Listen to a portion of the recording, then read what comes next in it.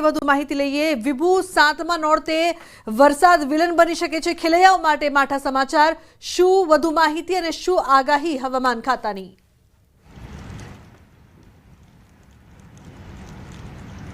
લુબના હવામાન વિભાગ દ્વારા આગાહી કરવામાં આવી છે કે આગામી 5 દિવસ છે વરસાદી માહોલ યથાવત રહેશે, કારણ કે ફરી એક વખત વરસાદી સિસ્ટમ સક્રિય થઈ છે અને તેના કારણે અત્યારે સમગ્ર ગુજરાતમાં વરસાદી માહોલ છે તે જામ્યો છે। અમદાવાદ શહેરના દ્રશ્યો બતાવવા માંગીશ કે અમદાવાદ શહેરમાં પણ આજે વહેલી સવારથી જ કાળા ડિબાંગ વાદળો છે તે જોવા મળી રહ્યા હતા અને ત્યારે હવે ધીમી ધારે વરસાદ છે તે અમદાવાદ શહેરના અલગ અલગ વિસ્તારોમાં જોવા મળી રહ્યો છે, એટલે કે એસજી હાઈવેથી પ્રહલાદનગર અને સાથે જ અમદાવાદ પૂર્વમાં પણ વરસાદ છે તે જોવા મળી રહ્યો છે। અલગ અલગ વિસ્તારોમાં નરોડા, નિકોલ સહિતના જે વિસ્તારો છે ત્યાં પણ વરસાદી માહોલ છે અને ધીમી ધારે વરસાદ પણ વરસી રહ્યો છે। જોકે આ વરસાદી સિસ્ટમ છે જ્યારે બનવાની હતી ત્યારથી જ હવામાન વિભાગ અને હવામાન નિષ્ણાંતો દ્વારા કહેવામાં આવ્યું હતું કે નવરાત્રિમાં વરસાદ છે તે વિઘ્ન બનશે અને આજે અલગ અલગ વિસ્તારોમાં ખાસ કરીને દક્ષિણ ગુજરાતમાં પણ ભારેથી અતિભારે વરસાદની આગાહી કરવામાં આવી છે। સૌરાષ્ટ્રમાં પણ ભારેથી અતિભારે વરસાદની આગાહી કરવામાં આવી છે અને અમદાવાદ અને ગાંધીનગરમાં પણ ભારેથી અતિભારે વરસાદની આગાહી સાથે થંડરસ્ટોર્મ એક્ટિવિટીઝ થશે, એટલે કે પવનની ગતિ પણ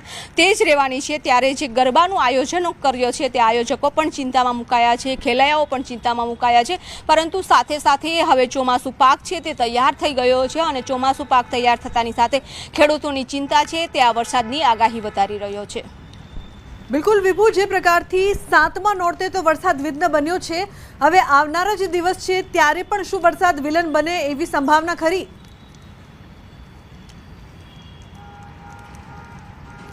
બિલકુલ, કારણ કે લુબના હવામાન વિભાગ દ્વારા આગાહી કરવામાં આવી છે, સાથે જ હવામાન નિષ્ણાંત અમરલાલ પટેલે પણ આગાહી કરી છે કે આજથી લઈ અને 3 ઓક્ટોબર સુધી વરસાદી માહોલ છે તે યથાવત જોવા મળશે અને એટલે જ કે આજે 7મું નોરતું છે અને 7મા નોરતે પણ જે કહેવાય છે કે નવરાત્રિનો રંગ છે તે જામતો હોય છે અને આ રંગમાં ભંગ છે અત્યારે વરસાદ વિઘ્ન બની રહેશે, કારણ કે જે રીતે થોડો પણ વરસાદ અમદાવાદ શહેરમાં થતો હોય છે ત્યારે ગ્રાઉન્ડમાં પાણી ભરાઈ જતા હોય છે, રોડ ઉપર પાણી ભરાઈ જતા હોય છે, ત્યારે જે આયોજકોએ ગરબાનું આયોજન કર્યું છે તે પાર્ટી પ્લોટમાં છે, ગ્રાઉન્ડમાં છે અને તેના કારણે તેઓની ચિંતા વધી ગઈ છે, કારણ કે ખુલ્લા ગ્રાઉન્ડમાં હોય છે ત્યારે માટી નાખવામાં આવી છે, માટી ઉપર જો પાણી પડે છે ત્યારે ચીકણી માટી બની જતી હોય છે અને ખેલૈયાઓ ખેલી નથી શકતા ગરબા। ત્યારે હવે આજે જે રીતે વરસાદ વરસી રહ્યો છે અત્યારે શરૂઆત છે, પરંતુ આજે તો હવામાન વિભાગ દ્વારા કહેવામાં આવ્યું છે કે આજે અમદાવાદ શહેર અને અમદાવાદ જિલ્લામાં પણ ભારે વરસાદની આગાહી છે તે કરવામાં આવી છે,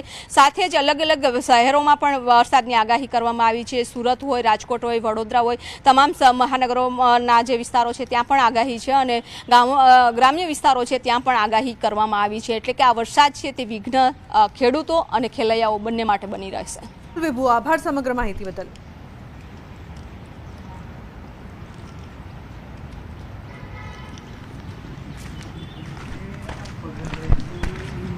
અમદાવાદના સાઉથ બોપલમાં 3 મજૂર પટકાતા એકનું મોત નીપજ્યું છે। ભાગવત બંગલોની સામે હોર્ડિંગ્સ લગાવતા બની છે આ ઘટના। 7 માળની બિલ્ડિંગ પરથી નીચે પટકાયા મજૂરો। થાંભલાના વાયર સાથે હોર્ડિંગ અડી જતા બ્લાસ્ટ થયો છે। બ્લાસ્ટ થતા 3 મજૂરો પટકાયા છે।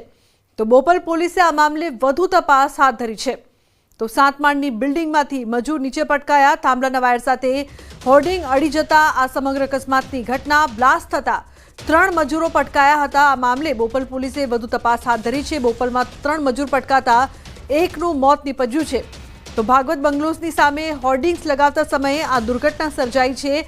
બોપલ પોલીસ આ મામલે વધુ તપાસ કરી રહી છે। તો અમદાવાદથી મહત્વપૂર્ણ સમાચાર સામે આવી રહ્યા છે। નવીન જોડાયા છે ફોન લાઈન પર વધુ માહિતી આપવા માટે। નવીન, શું વધુ અપડેટ સમગ્ર મામલે? જે ભાગવત બંગલોની સામે સાઉથ બોપલમાં આવેલ છે ત્યાં એક બિલ્ડિંગ ઉપર 7મા માળે 3 મજૂરો કામ કરી રહ્યા હતા, હોર્ડિંગ્સ લગાવવાનું કામ કરી રહ્યા હોય એવું પ્રાથમિક તપાસમાં સામે આવ્યું છે। તે થતા અને જે 3 મજૂર છે તે નીચે પટકાયા, એકનું મોત થયું છે ત્યારે 2ને સારવાર માટે તાત્કાલિક હોસ્પિટલ ખસેડવામાં આવ્યા છે। જો કે કોઈ શોર્ટ સર્કિટના કારણે અથવા કયા કારણે આ બનાવ બન્યો છે તેની તપાસ કરવામાં આવી રહી છે। પોલીસ ઘટના સ્થળે પહોંચી ગઈ છે, પરંતુ જે રીતે ઘટના બનતા પોલીસની ટીમ જે છે ત્યાં પહોંચીને કાર્યવાહી શરૂ કરી છે કે 3 મજૂરો કઈ રીતે પટકાયા છે। જો કે એકના મોતના સમાચાર હાલ સામે આવી રહ્યા છે। જી બિલકુલ નવીન, આભાર સમગ્ર માહિતી બદલ। પોરબંદર બંદર પર સિગ્નલ લગાવાયું છે। હવામાન વિભાગની આગાહીને જોતા બંદર પર 3 નંબરનું સિગ્નલ લગાવવામાં આવ્યું છે। માછીમારોને દરિયો ન ખેડવા તંત્ર દ્વારા સૂચના પણ આપવામાં આવી છે।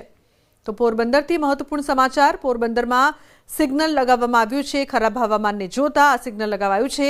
બંદર પર લગાવાયું છે 3 નંબરનું સિગ્નલ। તો માછીમારોને પણ દરિયો ન ખેડવાની સૂચના આપવામાં આવી છે।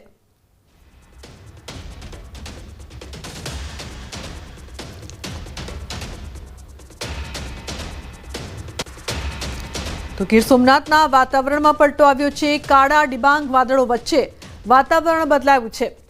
ઉના કોડીનારમાં વાતાવરણ બદલાયું છે। ક્યાંક ઝરમર તો ક્યાંક હળવાથી મધ્યમ ઝાપટા વરસ્યા છે। તો અરબી સમુદ્રમાં ભારે કરંટ જોવા મળ્યો છે। ગીર સોમનાથના દરિયામાં ભારે કરંટ જોવા મળ્યો છે। ઊંચા મોજા ઉછળ્યા છે। આગામી સમયમાં દરિયા કિનારે 40થી 50 કિલોમીટરની ઝડપે પવન ફૂંકાવાની સંભાવના પણ રહેશે। તો ભારેથી અતિભારે વરસાદની આગાહી પણ કરવામાં આવી છે। આગામી 3 તારીખ સુધી હવામાન નિષ્ણાતો દ્વારા દક્ષિણ સૌરાષ્ટ્ર અને દક્ષિણ ગુજરાતની અંદર ભારે વરસાદની આગાહી કરવામાં આવી છે। ત્યારે હાલ આપ જોઈ શકો છો કે આજથી જ દરિયાની અંદર ભારે કરંટ છે તે જોવા મળી રહ્યો છે। હાલ આ જે દરિયા કિનારો છે તે ગીર સોમનાથ જિલ્લાનો અરબી સમુદ્ર કિનારો છે અને અરબી સમુદ્રની અંદર ભારે કરંટ છે તે જોવા મળી રહ્યો છે। જો કે હાલ માછીમારોને કોઈ પણ પ્રકારની સૂચના નથી આપવામાં આવી, પરંતુ દરિયા કિનારે અને દરિયાની અંદર ભારેથી અતિ ભારે પવન છે તે ફૂંકાઈ શકે છે। એટલે કે 40 થી લઈ અને 55 કિલોમીટર સુધીનો પવન છે તે ફૂંકાઈ શકે છે અને દરિયા કિનારા આસપાસના જે વિસ્તારો છે ત્યાં આગળ ભારે વરસાદ છે તે વરસી શકે છે। જો કે ગીર સોમનાથ જિલ્લાની અંદર પણ વહેલી સવારથી જ હળવાથી મધ્યમ વરસાદી ઝાપટા છે તો ક્યાંક ધીમી ધારે વરસાદ છે તે વરસી રહ્યો છે અને સૌથી વધુ વરસાદી ઝાપટા છે તે ઉના તાલુકાની અંદર વરસી રહ્યા છે। ત્યારે જે પ્રમાણે હવામાન નિષ્ણાતો આગાહી કરી રહ્યા છે તેમને લઈને તંત્ર છે તે એલર્ટ બન્યું છે અને વાતાવરણ છે તે સતત બદલાઈ રહ્યું છે। દિનેશ સોલંકી, ન્યૂઝ 18 ગુજરાતી, ગીર સોમનાથ। તો છોટાઉદેપુર જિલ્લામાં ધોધમાર વરસાદ, કડાકા ભડાકા સાથે વરસાદ વરસ્યો છે। ભારે પવન અને કડાકા સાથે વરસી રહ્યો છે વરસાદ। અસહ્ય ગરમી અને ભારે બફારાથી લોકોને રાહત મળી છે। તો વરસાદ વરસતા વાતાવરણમાં ઠંડક પણ પ્રસરી છે।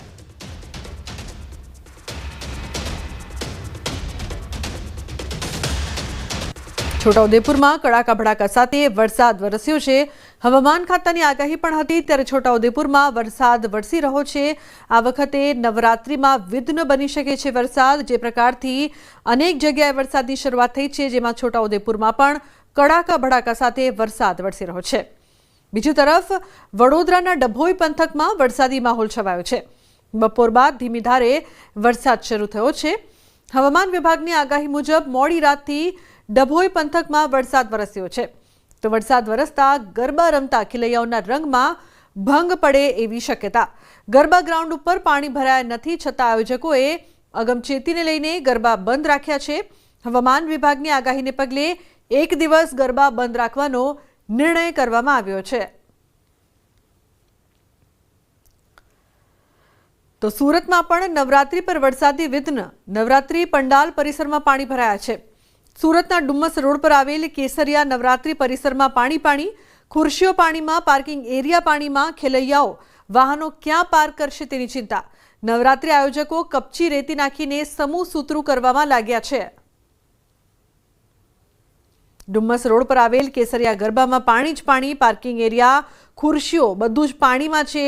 આયોજકો છે તે ચિંતામાં મુકાયા છે। નવરાત્રી